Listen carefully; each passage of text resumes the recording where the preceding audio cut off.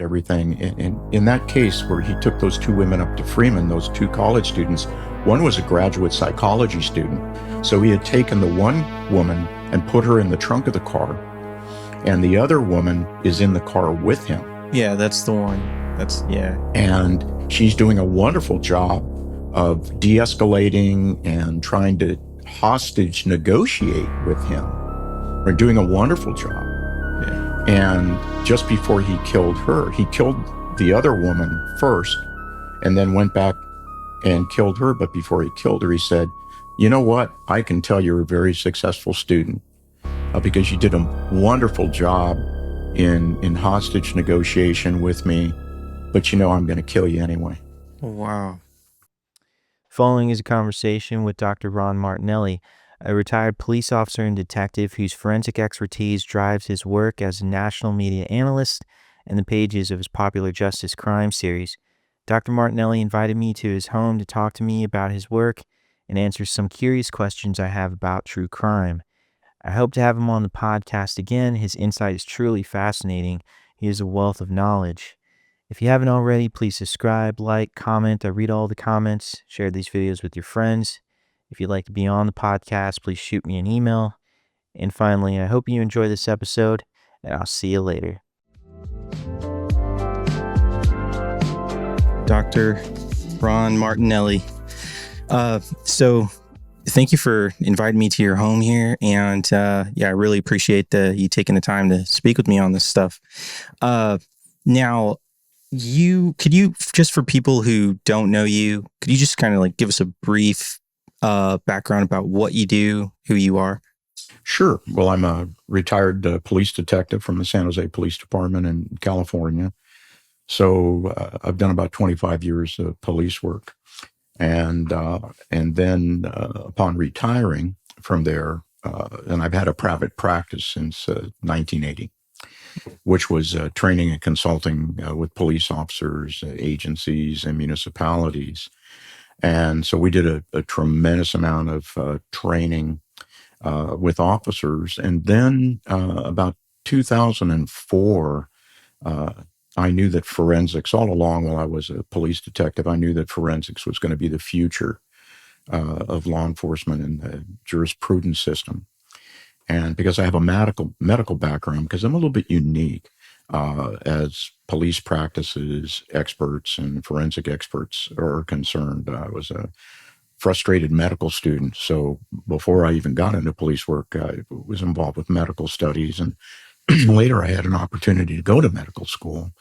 And but I didn't do a residency because I didn't need the residency. I didn't want to be an MD for what I do, which is primarily death cases. And so I became a certified medical investigator at the physician's level, but non-diagnostic. So I have a complete law enforcement and forensic background. And so we got into forensics in 2004. And since that time, I developed the multi-disciplinary forensic investigation system, which is very different than the way law enforcement does things. So we have a staff of 20 here. So we have our law enforcement and corrections staff. We have our medical staff, which have complete medical staff here of physicians. And then we have a forensic staff, which is a large group of people. So we can do pretty much everything in forensics that you can think about. The only thing we don't do is we don't do DNA. Because I don't want to spend millions of dollars on a DNA lab and then go through the federal and the state, constant recertification program. So we have the only multidisciplinary forensic death investigations team in the United States. And so we're hired by everybody. Hired by the President of the United States, the United States Department of Justice, about 10 different attorney generals, state attorneys' offices, and many, many municipalities, and then also civil rights law firms, and even the courts hire me and my team. So succinctly, if you think about what I do for a living and you go back to the old Mission Impossible, we're talking the one that, like from the 70s and 80s. Yeah. I'm Mr. Phelps. Okay, that's who I am. I'm Mr. Phelps. And so we'll get telephone calls from mostly in the United States, occasionally internationally. And they'll tell me about, and they're normally death cases, about 80% of what we do or somebody has died, either one or multiple people. And they'll call me up and they say, hey, this is what we've got. What can you do for us? And my job is to go through all the portfolios of all of our experts, which I've got up here, but we do everything electronically. Yeah. And then I put a Mission Impossible team together, and then we deploy that team to satisfy that case. But the important thing that people should know is that myself and my colleagues, we work all sides. Now, 62% of my practice is defending agencies and officers, but I also do prosecutorial work, civil rights work, and court appointments. So we are not advocates except for the forensic facts and evidence. Attorneys are advocates. That's not what we advocate for. So we don't advocate for entities or individuals. We advocate for facts and evidence as best that we can determine them in a science-based approach. That's what we do. Okay, so what is the difference between the death investigator and the medical examiner? Because doesn't the medical examiner figure out death, and I'm assuming the death investigator figures out the death also? Well, they both can do the same thing. So let's separate what I do as a forensic death investigator, a legal medical investigator expert, and what a forensic pathologist or a medical examiner does. And I belong to those agencies. I got my certificate right up there on the wall. And so the difference is that a pathologist does what we call COD and MOD. So COD is cause of death, and MOD is manner of death. Okay. Right? So there are different classifications of death, right? There's basically 5 different classifications of death. Yeah. So, right, there's like accidental death, there's homicide, there's suicide, there's natural, those are the different, classifications of death. But the manner of death are different. Now, even though they will also do a manner of death, what we look at is the true forensic facts behind the death case that the coroner, medical examiner, or pathologist might miss, right? Yeah. Because it all depends, because don't forget, they diagnose, I'm non-diagnostic, but I work with a team of physicians. For instance, we have our own forensic pathologist, we have our own doctor of orthopedics, our own toxicologist, our own clinical, psychologist and psychiatrist. We have our own staff. And depending on what we call the medical history proximate to death, what the detectives tell the ME, because rarely does a pathologist go out to a crime scene. Rarely. They depend on what detectives tell them. And if detectives don't have the true forensic facts behind the circumstances proximate to death, leading to death, then the pathologist has to go with what they find in the pathology during the course of autopsy or reviewing toxicology. Well, they miss a lot of stuff.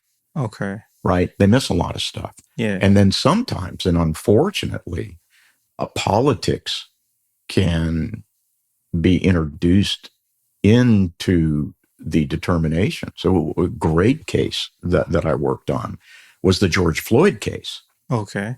Right?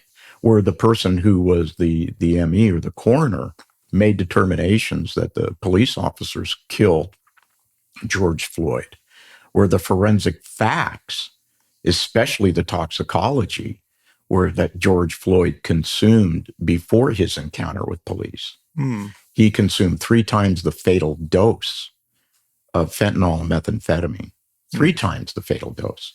So literally, he could have run away from the police and dropped over dead with a C8 with a cardiac arrest. Oh, wow. Right? Now, that's not to say that Derek Chauvin and other officers and their actions during their encounter and struggling with George Floyd didn't in somehow contribute to death, right? Because, and I don't want to get too medical, for your viewers and your listeners, but when a person is really jacked up, especially when they're under the influence of drugs, now methamphetamine is a serious stimulant, or fentanyl is a depressant, right? But when you are fighting with the police, right, and you already have a pre-existing your basal metabolic rate, which is measured by respiration, heart rate, and blood pressure, is already elevated, and now you're struggling with the police. So you're dealing with your internal psychophysiology, right? Because you've got drugs in your system 3 times the fatal dose, and you also have pre-existing enlarged heart because you've been taking stimulants since you were 22 years old, and now you're 42 years old. You've been taking them literally all your adult life. Creates an enlarged heart. You have all sorts of other pre-existing problems before you even struggle with police. And then when you struggle with police, all of those things rise up and can bring on what we refer to as a serious medical emergency, or what I refer to and other professionals refer to as an ACE, agitated chaotic death. Right? Okay. So, but politics introduced itself into that scenario, and so the diagnosis was extremely biased. So we come in and we attempt to forensically resolve that using science beyond what the medical examiner in that case used. So the science is what makes your team unbiased? Correct. Okay. Yeah, because the science doesn't lie. You can lie about the science, but the science itself doesn't lie. Now, full disclosure, my involvement with that case was actually brought in as a paid consultant for the Ben Shapiro network. And there's a very well-known documentary called The Greatest Lie Ever Sold that I did with Candace Owens, because I didn't work on the case itself at trial. And the reason is it's a huge Black Lives Matter case. Fraudulent organization that I'm very familiar with. And to be honest with you, I didn't want the pressure on my family, with people, coming out here to Texas, trying to storm the house, burn my house down, and kill my dog. Right. Right. Because that would not have ended, if people know me, that would not have ended well for the people that tried to do that. And I just didn't want to get involved in that. Yeah, I mean, they're just reading the headlines, right? They don't really understand. People are basically ignorant, and they're already politically motivated or politically biased, and that's not us. If we find that, because everybody that comes to you, Jesse, attorneys that come to you, people that come to you, and they tell you, I say, tell me a story. Tell me what your truth is. So the first thing that people need to understand is that there's 2 truths out there. There's your truth, right? There's your truth, what you think happened. And then there is the truth. We listen to your truth, but we're here to determine what the truth is. As best that we can do by reviewing a totality of evidence and making findings and determinations, as we say in court, within a reasonable degree of professional reliability or a medical certainty. So, and if we find that your truth is not supported by the facts and evidence, our job ethically is to tell you the truth, right? What we have found. I know this is your truth, but you got to have your big boy pants on, because this is what we've determined is actually the scientific truth. That makes sense. Okay, so when there is a death, obviously, they're going to call your team, but your team doesn't go out there, right? Yeah, we go out there. Okay, so you go out there. Sure. Yeah, absolutely.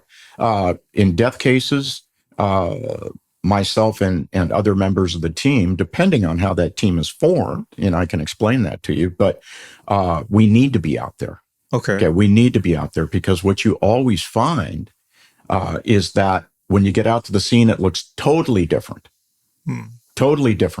than as it is portrayed on BWCs or body-worn cameras, congestion of the scene, the lighting, the environmental factors, which are often. And one of the things that I do, and I just finished testifying in a very high-profile case of 3 officers being prosecuted for homicide in an officer-involved shooting here in San Antonio. It was a 1-month trial. I was the closing expert. Myself and my photogrammetrist, that's an interesting term, photogrammetry, where we use scanning and 3D technology to completely replicate 3-dimensionally and through animation what a crime scene actually looks like. And then we integrate very complicated stuff. We integrate BWC video, Ring doorbell video, people's cell phones videos, dash cam videos. We actually are able, in a very sophisticated scientific method, to integrate all of those into a 3D correct representation within 2 millimeters of measurement. So we do things like velocities, how fast is somebody moving, how close are they moving, very, very accurate from the actual standpoint of the involved party. Because don't forget, the BWC doesn't pick everything up that the eyes pick up. And the BWC is only in a 30 millimeter lens, but the eye sees with a 50 millimeter lens. So, you've got cameras here. I think you understand, and you were, an art student, right? So you understand film. Well, obviously, and people don't understand this, what the body-worn camera depicts doesn't depict the closeness of the individual. And the eyes, in real life, the person is far closer to the officer than what the BWC depicts. Right. But we will turn that around and make that extremely accurate through a 50 millimeter lens. It's closest to what your eyes can see. Now, just if you could, because I may have some misconceptions here about when there is a death, doesn't a medical examiner or coroner need to go out there and call it that it's a death in order before you guys have to go in there and start investigating it? Okay, that's a good question. Actually, we're investigating it long before they get there. Oh, okay. That's number one, because it's already happened. We've responded, and we've already closed down the crime scene. Right? We've taped it off. If you watch, CSI, Miami Beach. By the way, as an aside, we are the contracted forensic team for the city of Miami Beach. Oh, wow. Right? So we don't respond to everything they do, but we get everything cold case from them. So we are, in fact, one of the CSI teams for the city of Miami Beach. Right? Wow. You just don't see us in monochrome, right? Not all dressed up in suits. We look more like this. But to answer your question specifically, a coroner will get out there, right? Like, for instance, in Texas, every state is different. In Texas, we have JPs, or justices of the peace, that can call death. In many jurisdictions, a sheriff deputy is trained to call death, right? So the pathologist doesn't get out to the scene. The pathologist is at the medical examiner's office. The ME is in the medical examiner's office. Somebody else is calling death. And then, we are investigating throughout. So there's never a break in the investigation.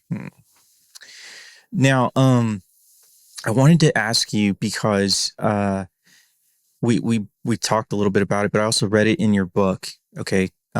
You're also an author. And in your first book, they're dealing with criminal profiling. Correct. Here it is. That's the one. Absolute Justice. You can show it to the camera right there. There we go. And when it comes to criminal profiling, does it work because humans are creatures of habit, or how is it so effective? Because when it comes to criminal profiling, it's like I've seen documentaries and stuff, and they nail it. Like, why is it so accurate? Is it because we're creatures of habit and we do things that could lead to something, and then it's just stacked on? Okay. Well, there's a couple of questions in there. Let's try to unpack it and dispel the myth. Okay. I'm an FBI trained profiler. All right. I was that when I was with the San Jose Police Department. And so, by the way, for people that maybe see things on television like Law and Order, Special Victims Unit, or something like that, where they bring in a profiler, that primary profiling training is done by the Behavioral Science Unit of the Federal Bureau of Investigations. Okay. And so we go to that training, profiles go to that training. And I personally was trained in both homicide profiling and sexual predator profiling. Okay, so serial sexual predators, homicide, and serial killer profiling. Oh, wow. So the first thing is about accuracy. On television and in the movies, they show that the profile is extremely accurate, and that's not the truth at all. Okay. As a matter of fact, profiling, even at its best, is only about 20% accurate. Huh. Okay. They don't bring in a profiler for everything. Like they'll show you on television if it's a whodunit. They don't bring in a profiler. They only bring in a profiler if they're out of leads. If they're out of leads, and they literally want to pull a rabbit out of a hat and try to find a person of interest, a suspect out there, a person of interest. Yeah. And so they'll bring in a profiler. And that's what we do. And I've had 2 successful profiles in my career where the cops, and by the way, the other thing, they either have no suspects and no leads or too many persons of interest. Oh. And they want you to narrow it down. Right? Yeah. So those are the 2 times that they bring you in, but they want you to try to pull a rabbit out of a hat. Right? Yeah. So what we do, and the second part of your question is it successful because people are creatures of habit? Right. Yeah, in part. Yeah. Yeah. People, especially serial killers, serial sexual predators, their MO, their modus operandi, they're very superstitious people. Huh. So they tend to commit the crime the same way over and over again, even saying things to their victims over and over again, especially with serial rapists. So the kind of an interesting thing, and by the way, my Wade Justus Texas Ranger series, it's a fictional mystery thriller action adventure novels. I've written 7 of them. I got 2 coming out this week. And this was actually a compilation of 2 serial sexual predators cases that I was involved in one manner or another with the San Jose Police Department. I turned the person, neither one was a killer. We're 2 separate suspects. Neither one killed anybody. But of course, in my novels, they're contrived. And so I turned the person into a killer, a serial killer sexual predator. So they're actually based on some real things that happened during those crimes. But they will say the same things to their victims. They will do the same things to their victims. And if they were to ever get caught and they go to prison, when they come out and they want to reoffend because they tend to be high level recidivists, they'll just change that one part of their MO where the cops caught them because they're so superstitious. And if you're a behaviorist, and I'm a behaviorist, that's what we look for. Oh, okay. So we're able to, I think the most accurate way of putting profiling is we're able to determine things like, what kind of crime scene is this? Is this an organized or a disorganized crime scene? Right. Yeah. And then what kind of person, if it's an organized crime scene, what person more likely than not tends to create an organized crime scene? What person more likely than not creates a disorganized crime scene? Right. And the BSU and the FBI have interviewed hundreds and hundreds of serial predators, either sexual predators, child predators, or serial killers. And from the individual behavioral profile of those individuals, that's where they get the profiling model from. And then we learn the profiling model. Interesting. Yeah, and you said disorganized. I remember an interview with Kemper, Is it Richard Kemper? I'm very familiar with Richard Kemper. And he talked about how when a person commits a murder, they've never done it before, they do things, they make these mistakes that they've never done. And in his case, he put his car keys in his back pocket, and he had a panic because he thought he locked his keys in his car. And then he remembered he put it in his back pocket. He never puts it in his back pocket. So is that what you see, like, when you mean by disorganized? Because if it's like a first murder, like, people are going to make these mistakes. If it's like a serial killer, they're going to take their time and be methodical. Well, Kemper's out of Santa Cruz, right? Yeah, California. Okay, and that was actually, it's an interesting case because that was the first case that I learned about from a very famous criminal profiler and criminologist in the San Francisco Bay Area by the name of Reid. And that really, it's an interesting case because when I listened, I actually took his courses. And when I learned about this whole thing of profiling, that really started me on my journey to become a forensic criminologist. Oh, okay. So Kemper made a mistake there, made a couple of mistakes. But the answer to your question is yes and no. When people, no matter who it is, I mean, I do the same thing. I'm sure you do the same thing. When you make a mistake, you break your routine. And when you break your routine, it kind of throws you off, right? Yeah. And so that's kind of an example. But Kemper was actually a very successful serial killer. I mean, he killed 13 people. The last person he killed was his own mother, right? That was the last person he killed. But the cops didn't catch him. He turned himself in. If you remember Richard Kemper, he got in a phone booth. We used phone booths back in those days, right? In the 70s. And he actually called up the police after he killed his mother and basically kind of turned himself in. But he was very wily. One of the things I remember when he killed the two women, he picked them up. He would pick up hitchhikers, right? Primarily from the University of California in Santa Cruz, right? And he'd put them in his car. And he said during his interview after he was caught, he said, the minute they put their hand on my door to get into my car, they were already dead. They just didn't know it.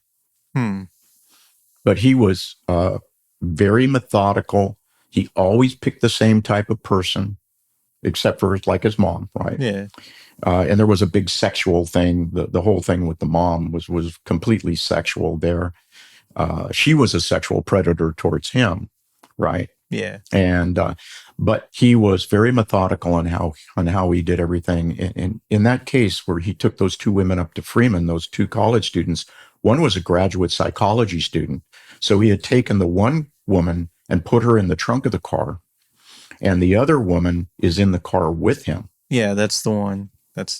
And she's doing a wonderful job of de-escalating and trying to hostage negotiate with him. Or doing a wonderful job. Yeah. And just before he killed her, he killed the other woman first and then went back and killed her. But before he killed her, he said, you know what? I can tell you're a very successful student because you did a wonderful job in hostage negotiation with me. But you know, I'm going to kill you anyway. Wow. Yeah. Could you imagine hearing that? How chilling is that? Oh. And how cold-blooded and disconnected and sociopathic was Kemper. Let me ask you about that because I asked a detective about this, and basically, in your experience, a person growing up in like a bad neighborhood or something like this, does that determine how brazen they are later when they commit crimes? Is it because they were in this hard like a childhood that they're able to commit these brazen crimes? Because if you were to rob a bank, you're going to have all these things that you're dealing with, your anxieties and all these things that are like natural to the regular Joe. But for someone like that, they may not feel anything. Is it because of their background, or Okay, good behavioral question. My piled higher and deeper, my PhDs in forensic psych, right? Yeah. Emphasis in criminology. So, it's sort of a yes and no. Okay. So and I started out as a juvenile detective. So I worked gangs for many years. So I've seen a lot of dysfunctional people. So the first thing I think I want to tell everybody is just because you grew up in a lousy neighborhood, right? And maybe just a one parent household, that doesn't mean that you're going to grow up to be a sociopath, right? Or just a brazen bad people. Because some of my heroes, my absolute heroes, matter of fact, people that I look towards as mentors, there's two of them. You're a film guy. So I'm going to point out, Denzel Washington and Morgan Freeman. Oh, okay. Right. Both of those are huge heroes of mine. And if I ever get my series into film, which is the next step in my journey, I pay a lot of attention to them. And both of those people came from kind of a lousy background. Okay. Both of those people came, and look how successful those people have become. And when you listen to them, they talk about what you need to move forward. But let's talk about that type of upbringing. People that come from a balanced household, kids that grow up in a balanced household, tend to be balanced as they grow older, even though they might be in poverty, might be in government subsidized housing, live in a high crime rate neighborhood, go to a crappy school, drugs, violence, gangs all around them. That doesn't mean that their behavior is going to gravitate towards those subcultures and that type of negative lifestyle. It is all about the parenting. So number one, it's about parenting. And people that don't believe that, they're naive. It's all about parenting.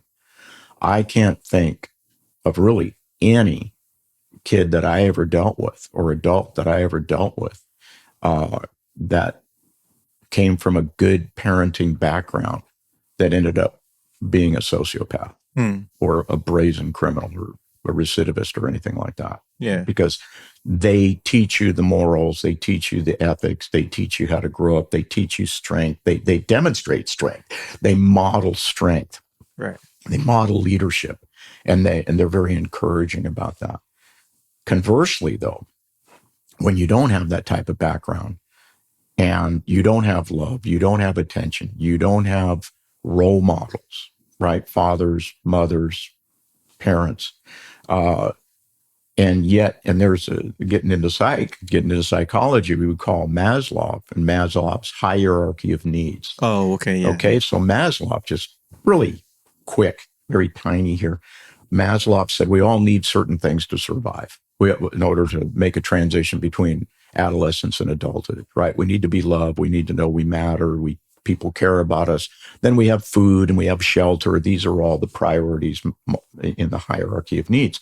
If you don't have these things, yet you need those things in order to survive, in order to transition, you're going to go out into the world and you're going to look for those things that you perceive or misperceive or those things. So, for instance, love can be misinterpreted as sex. I'm having sex at a young age with a girl or a boy, and I misrepresent that or misunderstand that as being love. No, that's sex, right?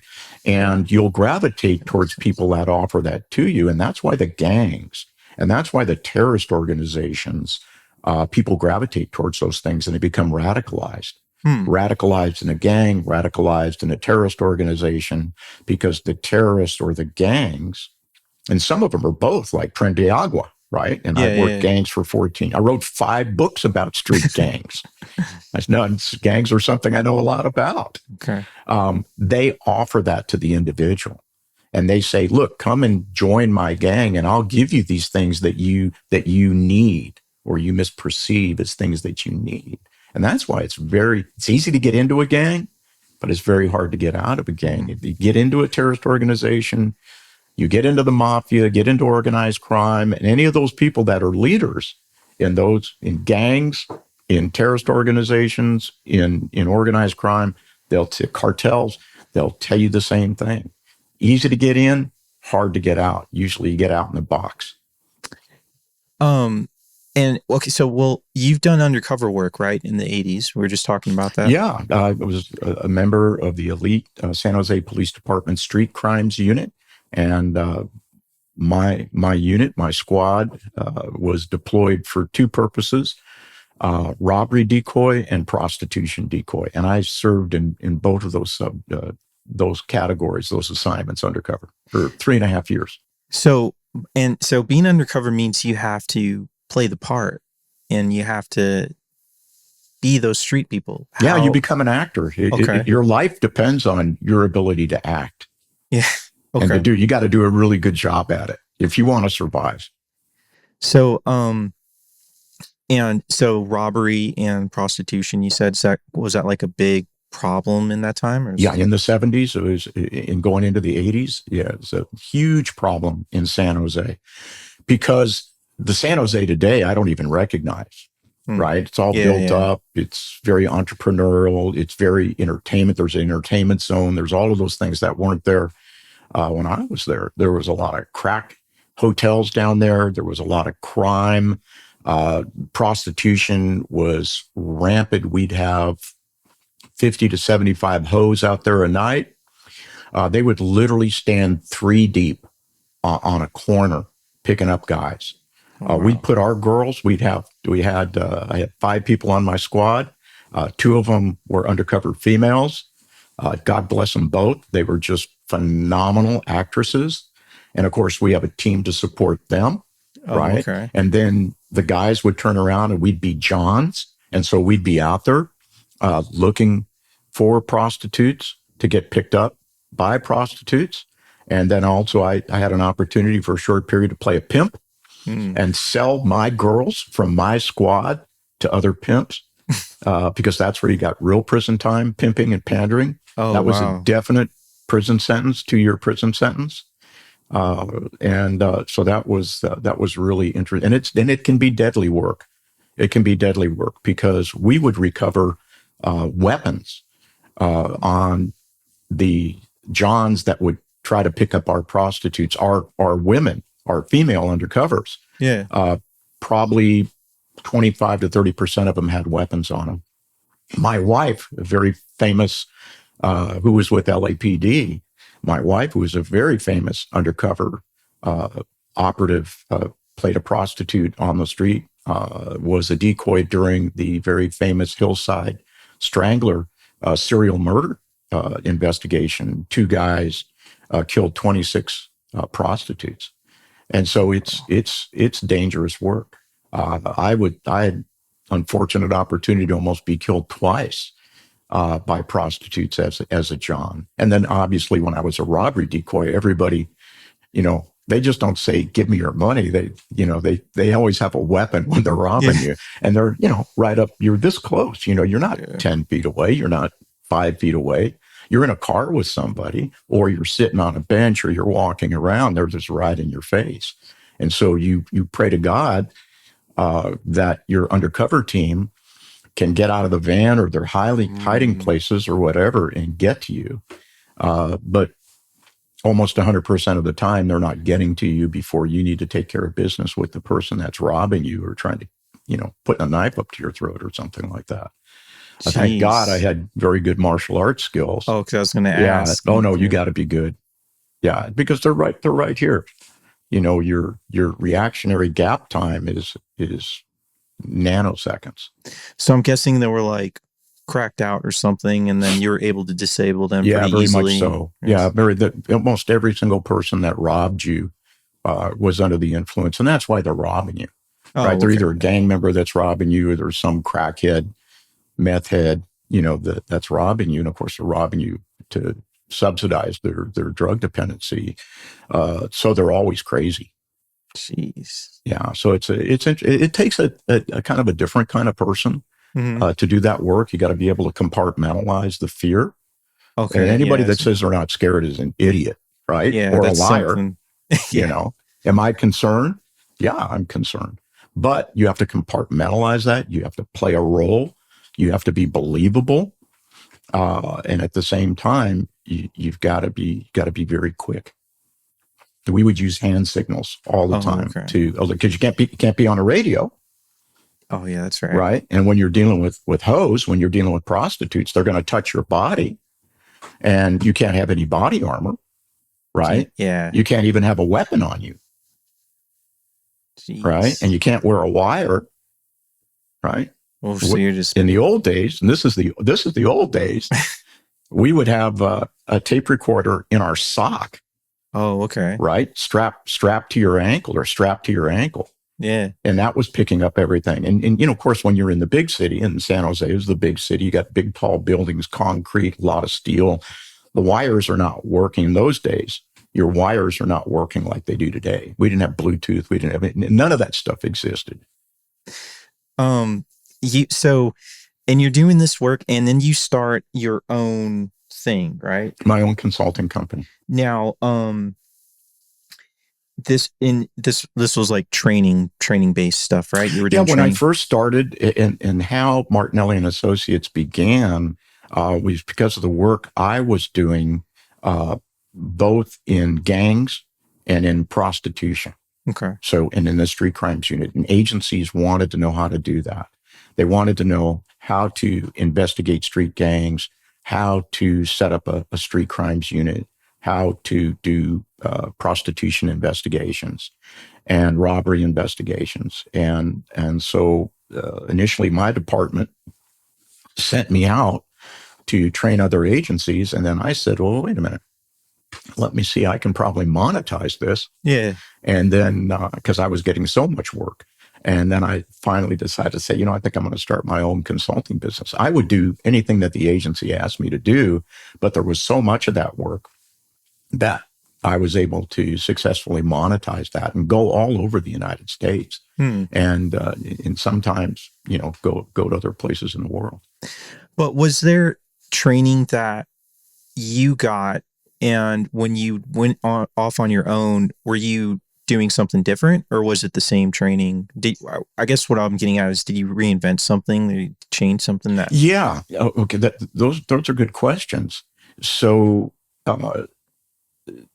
So I came from a teaching background. Oh, okay. All right. So when I was a cop, before I was a cop, I didn't know anything about being a cop. Yeah. I literally, the only time I'd ever been in a police car was in the back seat. Right. Oh, wow.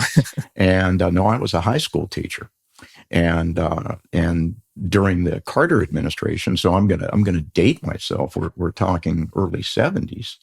The United States was in a really bad spot, and I was a high school teacher in the Central Coast of California, and having a great time teaching history, coaching track, physical education, and we all lost our jobs. And so I needed a job. And so I left the Central Coast. I came up from the San Francisco Bay Area because I'd grown up in San Francisco in the Bay Area, and I'm looking for a job. And there was a police job that opened up, and I didn't know anything about police work. Spoke Spanish fluently. Even in those days, they weren't really looking for Spanish interpreters. Yeah. But anyway, I took the test, and all of a sudden I found myself as a police officer. Whoa. And I said, oh, you know what? I'm going to do this for a couple of years. I'm going to go back to teaching. Well, that didn't happen like that. I fell in love with police work. And then I just kept getting more education. And so I picked up a couple of master's degrees on a federal grant. And that was working out pretty good. And that allowed me to teach in the junior college and at the university and at the police academy. And then from there, that's where I got the idea to be able to monetize what I was doing. And so that's how the training business grew. And before I knew it, and actually within a couple of years, I was making far more money than I was making as a police officer, and only working a couple of days a week doing it. Yeah. And that's how the business grew and grew. And before I knew it, I had 38 instructors, and we were putting on more training than half of the 34 police academies in the whole state of California. So it really grew. But yet at the same time, I'm a police officer, I'm a detective, and I'm running this business on the side, which was crazy, which allowed me to step, when I finally retired, and I've got a philosophy about life. Okay. I call it preparing the next room. So Huh. we're in this room right now, but I'm looking forward to rebranding and doing something after this. And so I am preparing the next room with education, with training and experience, educating myself, continuing to go to school, going to medicals, ended up going to medical school, doing all of that because I needed to do that to prepare the next room. And the next room was becoming a forensic criminologist and doing what I do for a living right now. So literally the transition, which is difficult for a lot of people in law enforcement, they can't make the transition like in the military. Hard for them to make the transition. With me, I was already in that next room. It's all I had to do is when I retired, just go into the next room. Yeah. It was waiting for me. And so, and you became involved in like a lot of like big cases and I name every single one. Everybody would recognize them right away. It was like O.J. Simpson or no, I didn't do that. Was actually I was in homicide before that when O.J. was going on. Matter of fact, was the first use of DNA. Yeah. And when they were talking about the O.J. Simpson case, I was down at homicide school down in San Diego. We were actually watching with my partner. We were actually watching the DNA experts testify for the first time that DNA was ever used, that evidence was ever submitted in a court of law. Oh, wow. No, my time came after that. And so cases that I've worked on either directly or indirectly as a media consultant for Fox or, One American News or BBC, Sky News, all these other, news organizations I've worked with.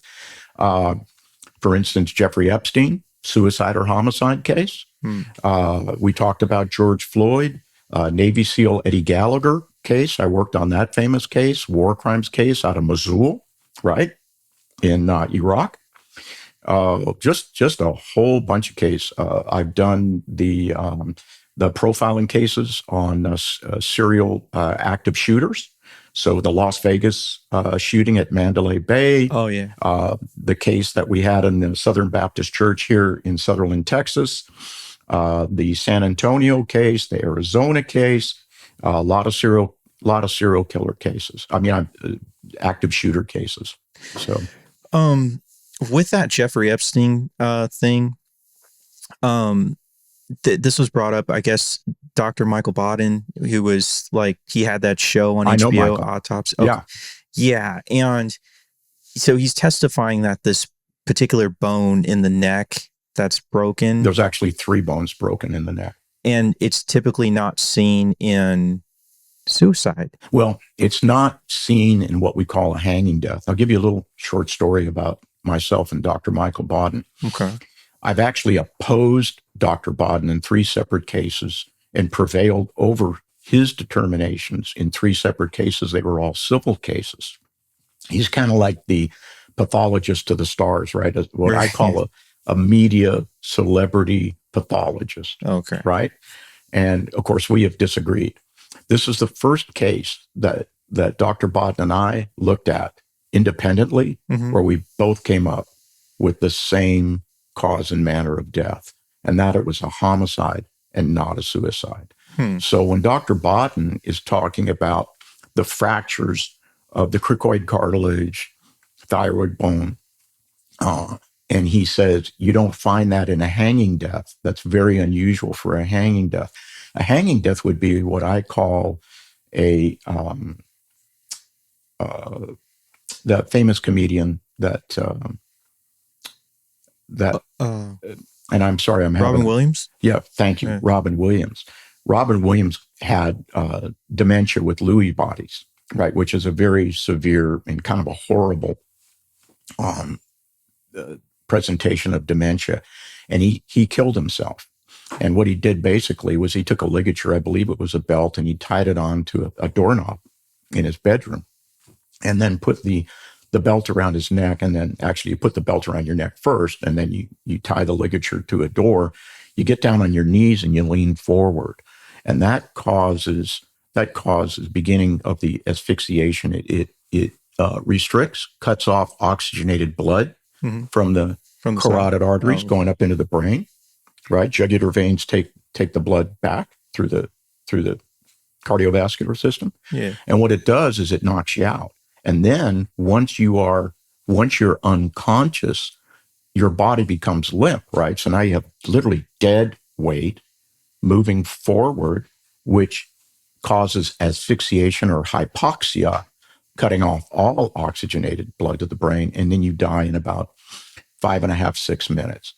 That's called a hanging death. You're hanging forward as opposed to a jump hanging or a drop hanging where you're on an elevated platform and you jump off and you break your neck.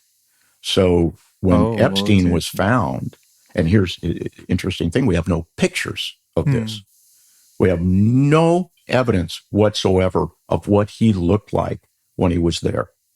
Okay. They represent that it was a hanging death, that they found him hanging forward from his bunk. Right. And you would not, and I agree with Dr. Bodden, you would not find the fractures in the esophageal airway. You would not find in the throat, in the neck bones. Yeah. You would not find that type of fracture in a hanging death. So what causes those bones to break? Is it pressure? Me putting my hands and pressing with my thumbs, or? Correct. That's the easiest way to do it. Yep, you're fracturing. It only takes 8 pounds of pressure to fracture one of those bones. Oh, okay. So they're not strong bones? Right. They're not. No, they're very weak bones. That's why your neck is very, that's why it's actually protected. You know, God has protected us by putting all of this stuff, the muscles and, cricoid cartilage and all of this stuff to try to protect the hyoid bone, the thyroid bone. Jeez. Okay. So that's pretty interesting. And so what he said, and what I agree with, is just what we refer to as experts as the totality of circumstances. I mean, think about it for a minute. All right, we don't have to dwell on Epstein's death, but just think about it for a minute.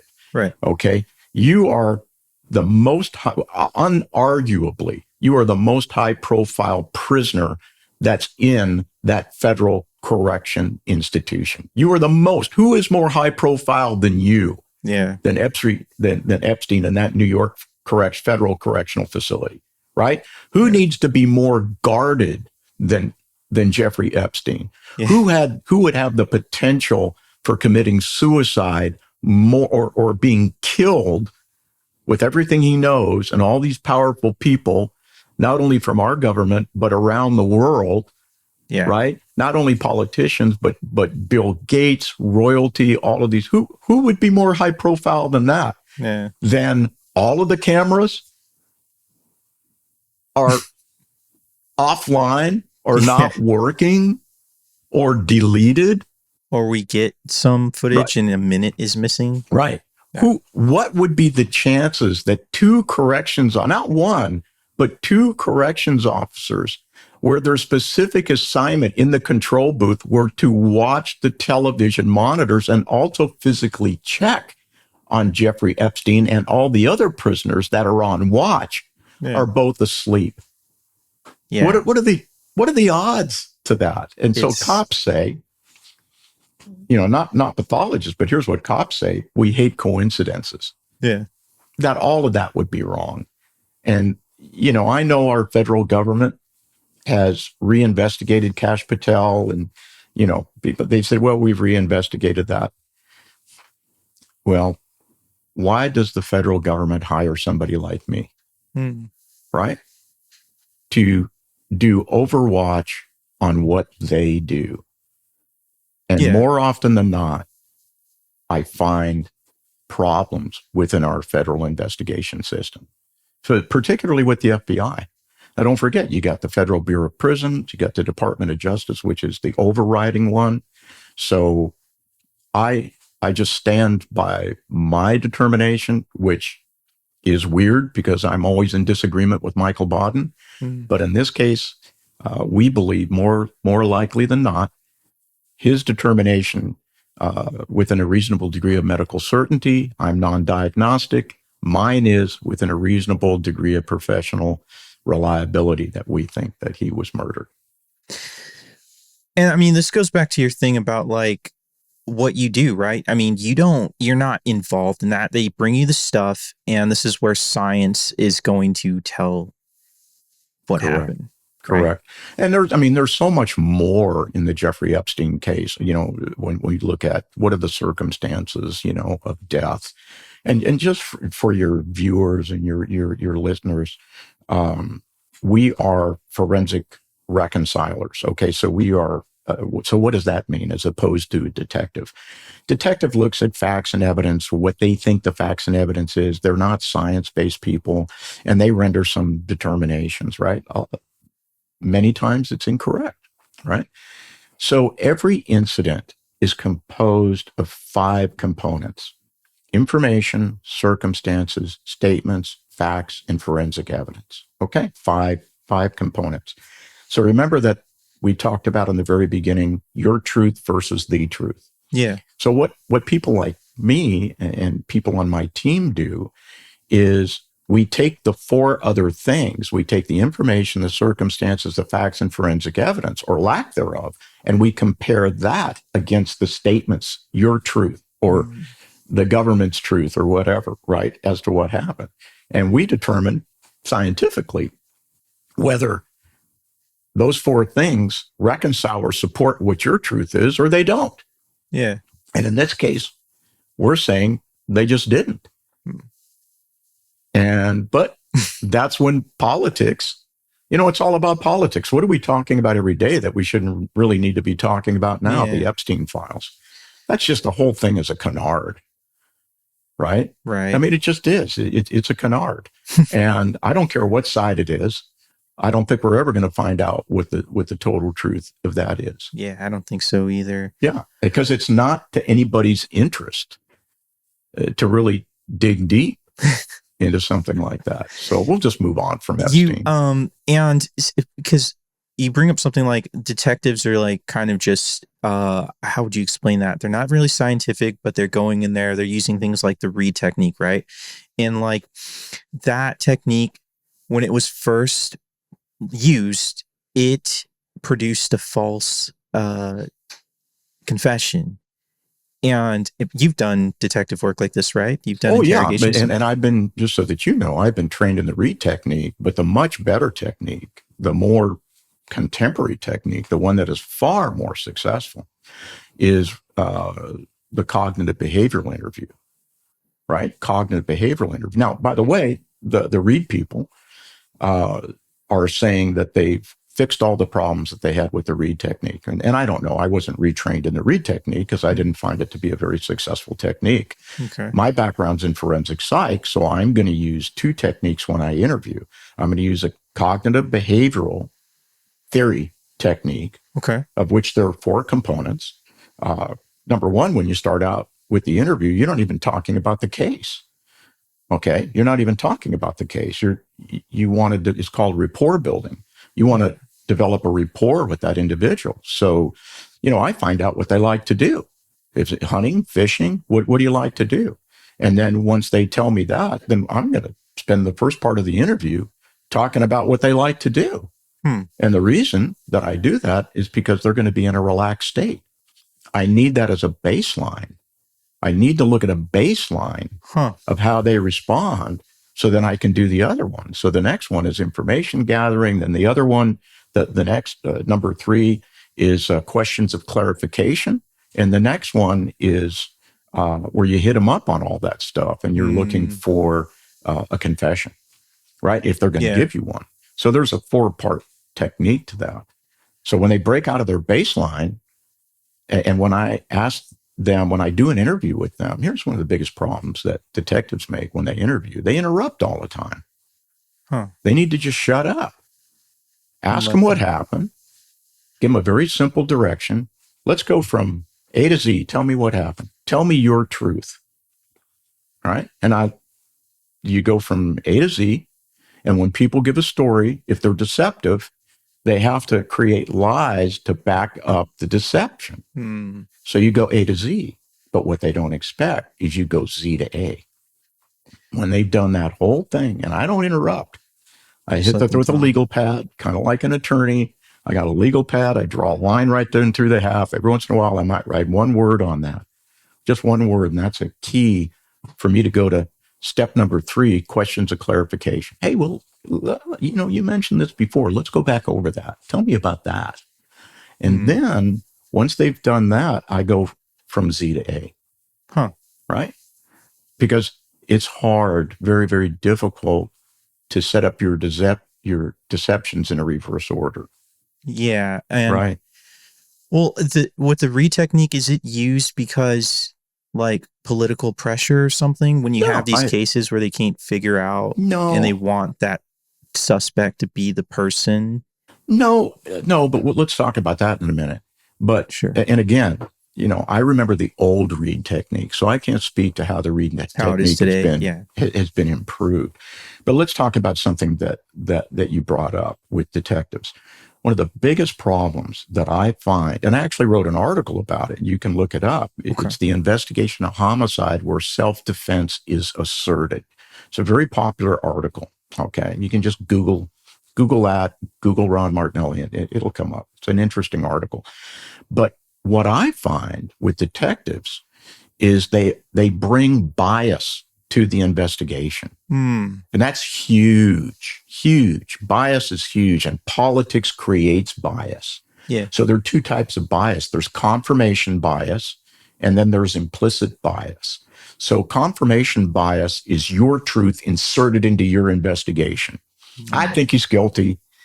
Don't bother me with the facts. My mind's made up. Yep, he's guilty. You see something, maybe you see a video, and your lack of education, training, and experience and politics feeds into that bias. So you've already got the guy guilty. You first couple hours of your investigation, you've already decided they're guilty, and that taints your investigation. The other part of it is you might have some subliminal biases. It could be racial, could be sexual, could be circumstantial, all these other biases, and you're not even aware. That's why it's an implicit bias. Yeah. And then you introduce those biases into your investigation instead of being facts, forensic, science-based. And I see that all the time. One of the big problem, of course, there were many in the recent San Antonio, Texas investigations of Sergeant Flores and officers Alejandro and Villalobos, was from the very get-go. This is a huge investigation. It's only the 4th time in the history of United States jurisprudence. Whoa. Going back, listen to this, going back to 1881 and Tombstone and the shootout at the OK Corral, where Marshals Wyatt Earp, Morgan, and his brother and Doc Holliday were all indicted in a grand jury for killing the McClantons and Frank McClowry, right? Yeah. They were acquitted. But that was the first time that more than 2 officers in the United States had ever been prosecuted for homicide in an officer-involved shooting. The other 2 were both famous shootings up in New York City. Oh, wow. Okay. This was only the 4th time. And from the very get-go, you would think you'd put your best team on that, right? Yeah. Okay. In the shooting of Melissa Perez, and who was a crazy woman that tried repeatedly to attack officers with a claw hammer, try to kill them with a claw hammer. And unfortunately, at the very end, they were forced to shoot and kill him. But they put the least experienced detective on the case with no officer involved shooting experience. None. They never scanned it. They never did the 3D scanning. They never did anything. And within less than a day, it was only within hours, Chief William McManus made a political decision that this was a bad shoot. And came out in the trial that the direction that was given down to the detective division is, this is a bad shoot, and we're going to take this to the DA's office. And of course, the DA, Gonzalez, who's still the DA right now in San Antonio, is a George Soros open society campaign funded district attorney. Huh. Right? So of course, George Soros's organization gave him hundreds of thousands of dollars. You don't give people hundreds of thousands of dollars in a DA campaign unless you don't expect something back in return. Yeah. So that we took that investigation and turned it upside down, and they did not know what to do with our forensic team. They did not. I handled that case with myself and our photogrammetrist Angelos Lelaglu, who's, I think, is the best in the country. And they did not know what to do with us. And we got a jury. Our team, our legal team from LaHood law firm in San Antonio, Nick LaHood, Jason Goss, all these people that were on the team, there were 5 attorneys. They just did a phenomenal job. We got a jury acquittal in this very complicated case in about 30 minutes. Absolutely unheard of. You bring that photogrammetrist. What is am I saying that right? Yeah, photogrammetry. It is the science of measurements and determinations. Measurements. Okay. So we come in with a 3D scanner. It is a laser scanner, kind of goes around in a circle 360 degrees. Listen to this. It measures 6 million measurement points a second. 6 million a second. And we create a giant cloud metadata. And then from that, we're able to determine measurements within 2 millimeters. And we're able to determine velocities, the speed of things. We're able to completely 100% recreate a crime scene in 3D and also using animation. Just absolutely phenomenal science. Yeah. But it's exactly the type of science that you bring to an officer-involved shooting, especially when there's any kind of recorded media like body cam, dash cam, people's cell phones, door cams, all of that stuff. That's exactly the type of technology that you need to bring in a case like that. They have that technology. They didn't bring it in. The state has that technology. Our Department of Public Safety, our Texas Rangers, the Bexar County Sheriff's Department, they all have it, and they didn't bring it in. Why not? Yeah, that's interesting. They used a lot of the cameras and stuff like that in the Jussie Smollett. Was it Jussie Smollett case? Yes, they did. They used the right, but you don't use photogrammetry for something like that. You use those cameras for forensic reconciliation.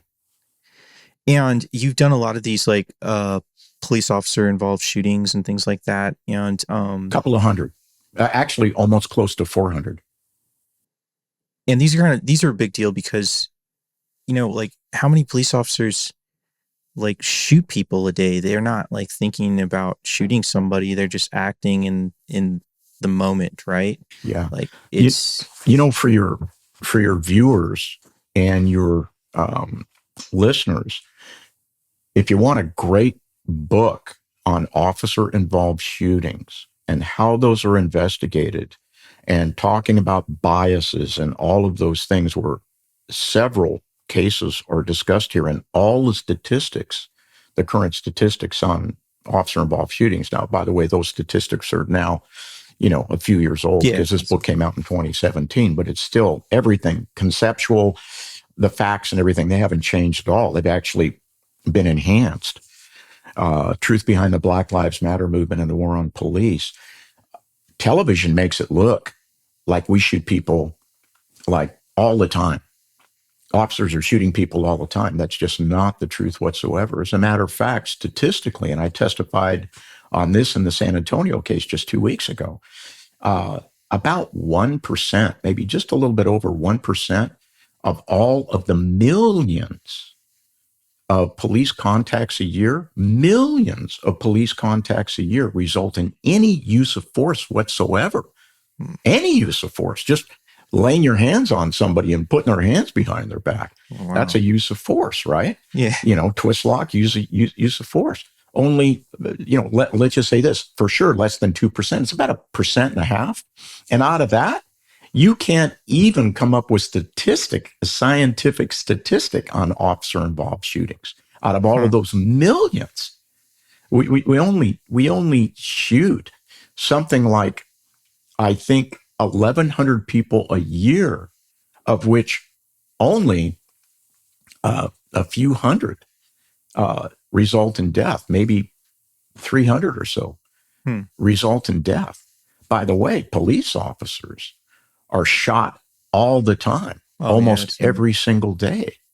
There's a police, we've had close to 70,000 assaults on police officers and law enforcement personnel a year. And out of that, officer-involved shootings are way up. And shootings by ambush, last year, they were up by 125%. I think they're up even more. Look what happened. We just got past Thanksgiving. Thanksgiving was yesterday. Day before Thanksgiving, 2 National Guard soldiers, that's right, both of which are law enforcement officers because they were sworn as federal officers, were shot in ambush by a terrorist from Afghanistan. And one was killed. The female was killed, and the male partner was critically wounded. We don't even know if he's going to survive. Jeez. That is a perfect example of what is happening in law enforcement. Assaults against federal officers, especially Customs and Border Patrol and ICE, up 1,100%. As you compare that with officers' uses of force against the public, it doesn't even balance, not even close. So, well, what is the cause of that? Like, is it because of like the sensationalism in like the media and stuff of how like we have these like really isolated cases that you see the video body cameras of, and people just get this idea that the cops are bad, police officers are bad, and they're like, okay, good question. It's sort of a multiphasic. There are several answers to it. The sensationalism certainly is one. The way the media portrays the use of force, both when they keep playing it over and over again, and then they demonstrate both of their confirmation bias and their implicit bias. I mean, I'm interviewed all the time, nationally and internationally, and there's hardly a case where I don't have to correct a reporter that hasn't done their homework, that hasn't done their background, and has it completely wrong and is inherently biased. Or even if I give them the proper answer, which is vetted by science, and I demonstrate the truth, they'll try to rewrite the article and switch it around to present their biases to the public. It's absolutely disgraceful. Yeah. I don't know where these guys go to journalism school. But the other thing, and this is what you see here, which is absolutely disgusting, we have our dysfunctional politicians. And I talk about this all the time. We have this, what they're calling the Sedition Six, that are talking about the military and, questioning authority and questioning illegal, orders by the president of the United States. It's absolutely, first of all, it's all bunk. Every bit of it. There is nothing unconstitutional about what's going on. But they keep denigrating law enforcement, calling us Nazis, calling, we're people are disappearing. What does all of this rhetoric mean? Yeah. But here's the thing. You've got a couple of different people that are out there. Okay. 3 different people that are out there. And I'm a behaviorist. I'll tell you what they are. Common sense people, normal people, people that are educated enough to look things up and to question information that they get, the sources of information, and can connect the dots accurately and figure things out. That's that group of people. Okay. Then you have the ignorant, the Kool-Aid drinkers, the lemons, the uneducated, uninformed, because they decide to be that way. That's a decision that they make. Yeah. They're not nuts. That's a decision that they make. They make a decision to listen to the violent rhetoric, to the inflammatory, provocative rhetoric, the political rhetoric, all of the above. But that's a decision that they make.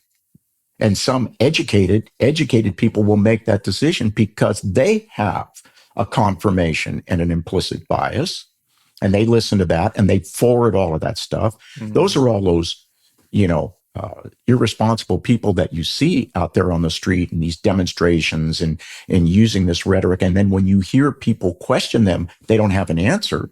Right. Or they say, leave me alone, or get away from me, or take the camera off of me, because they don't want to be challenged. All the people that would challenge Charlie Kirk, for instance, right? Yeah. Those type of people.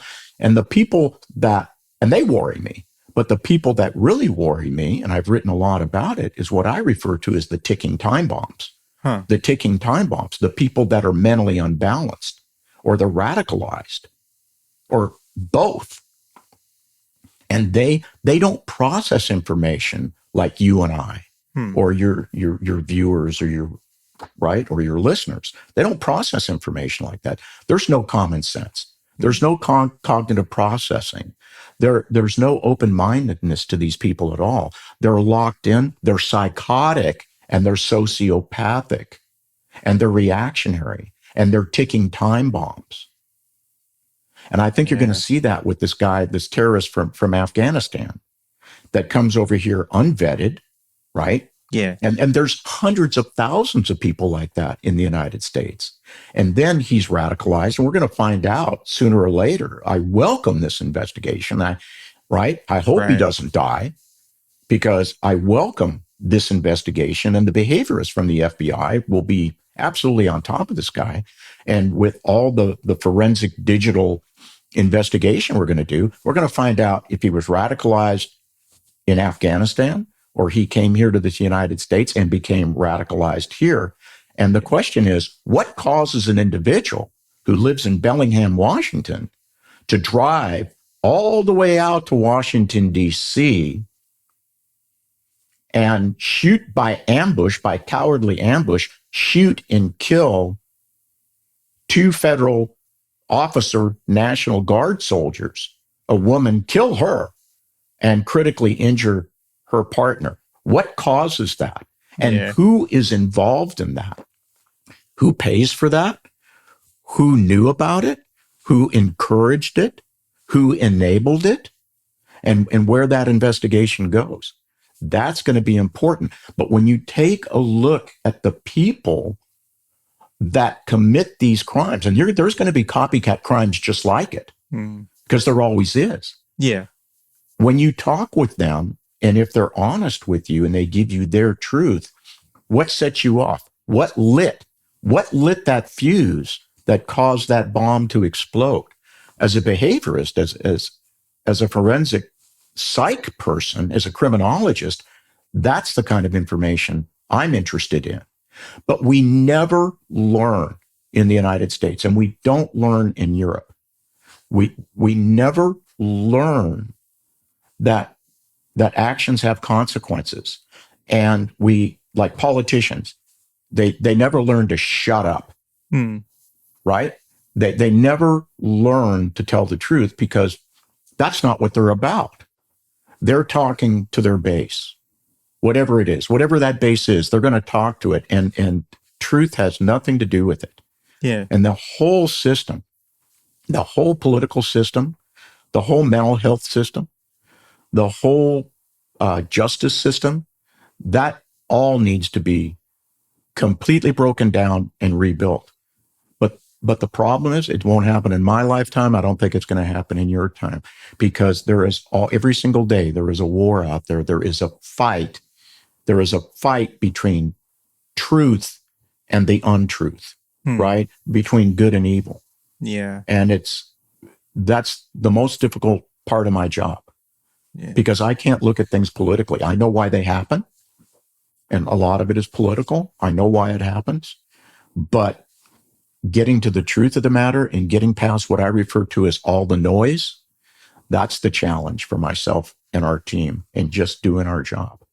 And I'm blessed to, I want to give my people a lot of credit, my men and women at Martinelli and Associates. I want to give them a lot of credit, because I literally, I'm the tip of the spear. Yeah. Okay. I'm the person you see on TV. Look at me now. What am I doing now? I'm doing an interview. You don't see the brilliant men and women that work in this office, that stand behind me. I stand on their shoulders. I would not be able to do 70% of what I do without the scientific backing of our medical, our forensic, and our other law enforcement team. Mike Pompeo, who I've met personally, and I'm stealing this from him, the philosophy that I'm the tip of the spear. And what Mike Pompeo says, as he was the tip of the spear for the CIA, remember, and also as Secretary of State, the spear is combined. There's two parts of the spear. There's the tip of the spear, and there's the shaft of the spear. I'm the tip of the spear. I'm the one that hits the mark, okay? But the thing that causes me to be accurate is the shaft of the spear that gives you the weight and gives you the balance. And that's what my men and women do. Your team. Because they're all scientists. They're all doctors. They're all scientists that speak the real truth. And they allow me an opportunity to base my findings and opinions on that medical and forensic science. I wanted to ask you, because technology is changing so rapidly, you've got a lot of technology, your team's working with a lot of technology. Every day we have to stay on top of it. What is some technology that you wish you had back in the 80s, back when you were working those crimes? Obviously, we didn't have DNA. All of it. And the thing that you really got to stay on top of, and our team right now, we're having, major discussions about this right now, is AI, artificial intelligence, because it's going at nano lightning speed. It's evolving every single day, for God's sakes, probably every hour. It's evolving in one manner or another. And there's good AI and there's bad AI, right? Yeah. And we just have to stay on top of it and use the good AI. We have to do a vetting of, AI. Yeah. Because not all of AI is, but first of all, everybody needs to know that AI isn't necessarily scientific. Oh, okay. Right? It's artificial intelligence, but it may not necessarily be scientific, to our level of accuracy. And so can it help with technology and make the scientific part of technology evolve? Absolutely. And we're looking forward to that, right? And how it evolves and staying on top of it. Especially now, one of the things we use is drone technology, right? Whenever we bring our photogrammetrist in, Mr. Lelaglu, he's also our drone pilot. And we're looking at new drones. We're looking at new drone, technology, software. How do we integrate that into photogrammetry? As photogrammetry is evolving, everything is evolving. How do we make the most accurate presentation of science? Look at medicine. Look how that's evolving. All of that is extremely important. But what happens and what retards what happens for us is, even though there's all this technology, law enforcement and the law are way behind. Way behind. We have problems. So for instance, what's way behind in thinking? What is interfering right now? And this is my personal opinion. Okay, Dr. Ron's personal opinion. Yeah. What is retarding the jurisprudence and our criminal justice system? Activist judges, activist district attorneys, activist judges, activist district attorneys, prejudicial judges, ones that have confirmation and implicit bias, judges and district attorneys. Don't forget, judges put their pants on one leg at a time, just like we do. Okay, I've been dealing with judges my whole life. I'm in this is my 50th year of criminal justice, my 50th year. Wow. Got to date myself a little bit. Okay. I know I look much younger than that, but it's my 50th year. And I will tell you that the vast majority of judges are not half as smart as they think they are. Okay. And are playing roles that they're getting into lanes that they have no business getting into. Yeah. They are introducing politics into jurisprudence and decision-making. I see it all the time. I see some absolutely disgraceful and disgusting things coming from judges and district attorneys. And I work with district attorneys all the time. Like I said, I'm a retained expert for a number of district attorneys' offices, right? Yeah. And state attorneys' offices. And I'm going to be political for a minute. Okay. Okay, I'm going to be political. The way that I see this changing, if it ever does, and these are very protective, they protect each other, they protect themselves, judges, right? And DAs, right? The Bar Association protect each other, judicial commissions protect each other. Okay. So please don't talk about law enforcement officers, judges, and DAs. Yeah. Okay. You're far worse than we are as far as cleaning up our messes. You're far worse. And I will tell you what we need. This is just my opinion. What we need to change this is that judges and district attorneys lose their unconditional immunity. So police officers, and your viewers and listeners probably don't know this. Maybe they've heard it. We have something called law enforcement. In law enforcement, it's called qualified immunity, which is a conditional immunity. If we do things right, if we do things according to the codified law enforcement practices and standards of care, we get immunity from civil litigation, criminal prosecution, but it's qualified. On the other side, if you don't do that, if you're not working within codified practices, then you lose your immunities. And judges make that decision. They're the trier of facts. But judges and district attorneys, it's unconditional. They can do whatever the hell they want to do, and they cannot be sued, and they cannot, for the most part, be criminally prosecuted. Wow. They can't do that unless they absolutely overtly break a law. I didn't know that. They can't do that. And that's why you see all this ridiculousness. That's why you see this woman burned, right? Burned on the subway by a guy that's been arrested 72 times. How does that happen? Yeah.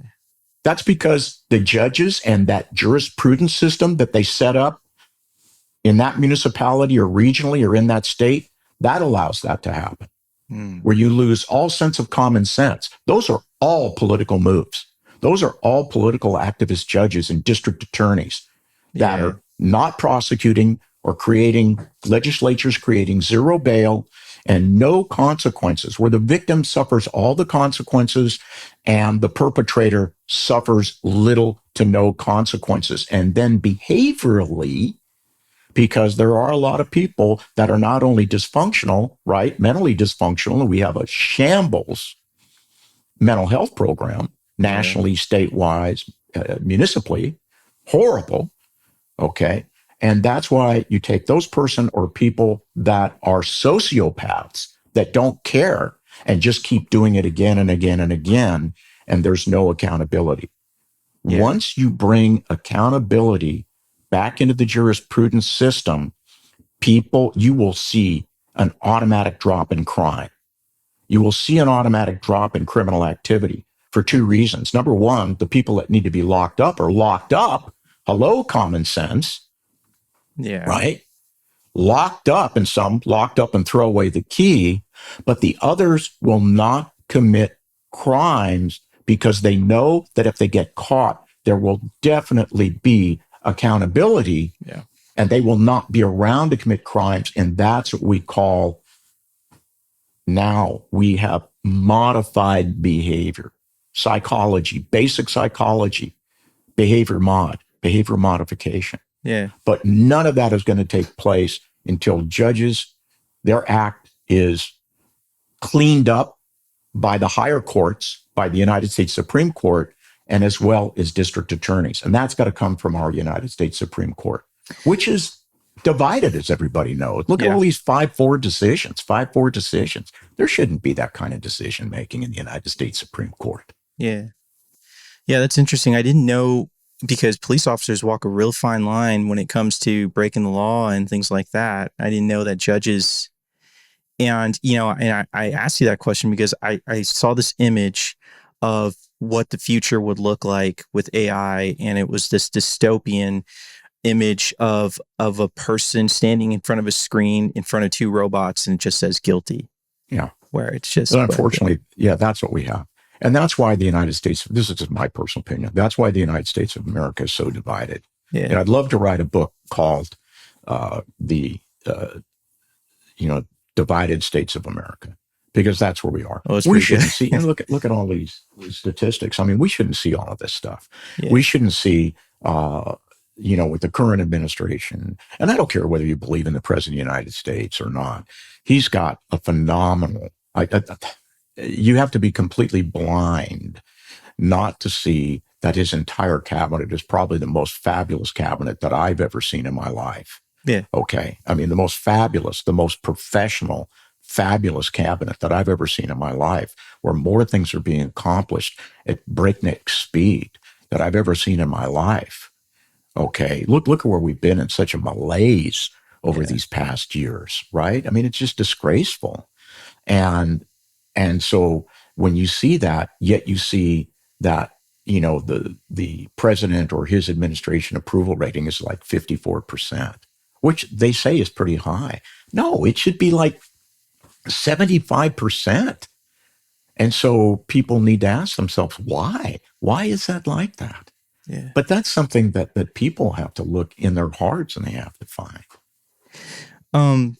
Jesse, So we're coming up on, we're running out. You just caught me. I'm way over.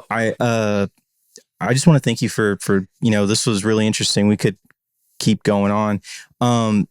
Your books all available on Amazon. Yeah. So thank you. Thank you for that opportunity. Yeah. So, I write a fictional series called The Wade Justus, Justus, fictional series. I got eight books out there. They're all on Amazon, and several of them are on everything: Barnes and Noble, Apple Play, Google Play, Kindle. They're all ebooks, and they're all numbered. You can take them all through, and they're just wonderful books. I love writing. That is my own psychotherapy because I live in a dark world. I would have, imagined that. Right. And they're national and international intrigue. They're 100% accurate. The story is contrived, but the books, the technology, the forensics, you're finding that out, right? That everything, the medical stuff, the forensics, the military technology, the law enforcement technology, how you really investigate, crimes, including, transnational cartels, terrorist organizations. All of it is 100% accurate. The weaponry, everything we use. There's special teams. Wade Justus puts special teams together, and they do some amazing things in this country and other countries. I hope that you'll give it a shot, and you can go up onto, like Jesse said, you can go onto Kindle and Amazon, or you can get personalized and autographed copies by going to our special website, www.wade, WADEJUSTUS.com, WadeJustus.com. And the last name Justus is a play on the word justice. So all the books have got justice in them. And I'll leave those links in the description, guys. And Ron, thank you. We got to do this again. There's just so much stuff to talk about. Oh my God, isn't there? Yeah. But that's what keeps me busy every day. And I love it. Like I said, I'm so blessed to work with such amazing people. And we have such wonderful supporters. And, while you're at it, just go see what we do for a living. Go on our website. I don't need the business. I just want you to go on the website. I got more that we know what to do with here. But go on to Martinelli, ANDASSOC.com, or just Google Dr. Ron Martinelli and you'll get all that stuff. Take a look at the work product on the site and see what we do for a living here. The world of forensic investigation is absolutely fascinating and actually far more exciting than you see on TV or in the movies. So thank you very much, Jesse. Well said. For bringing me in here. And No I hope problem. I was able to educate the public a little bit on what we do here. For sure. And thanks again. All right, guys. I'll see you later.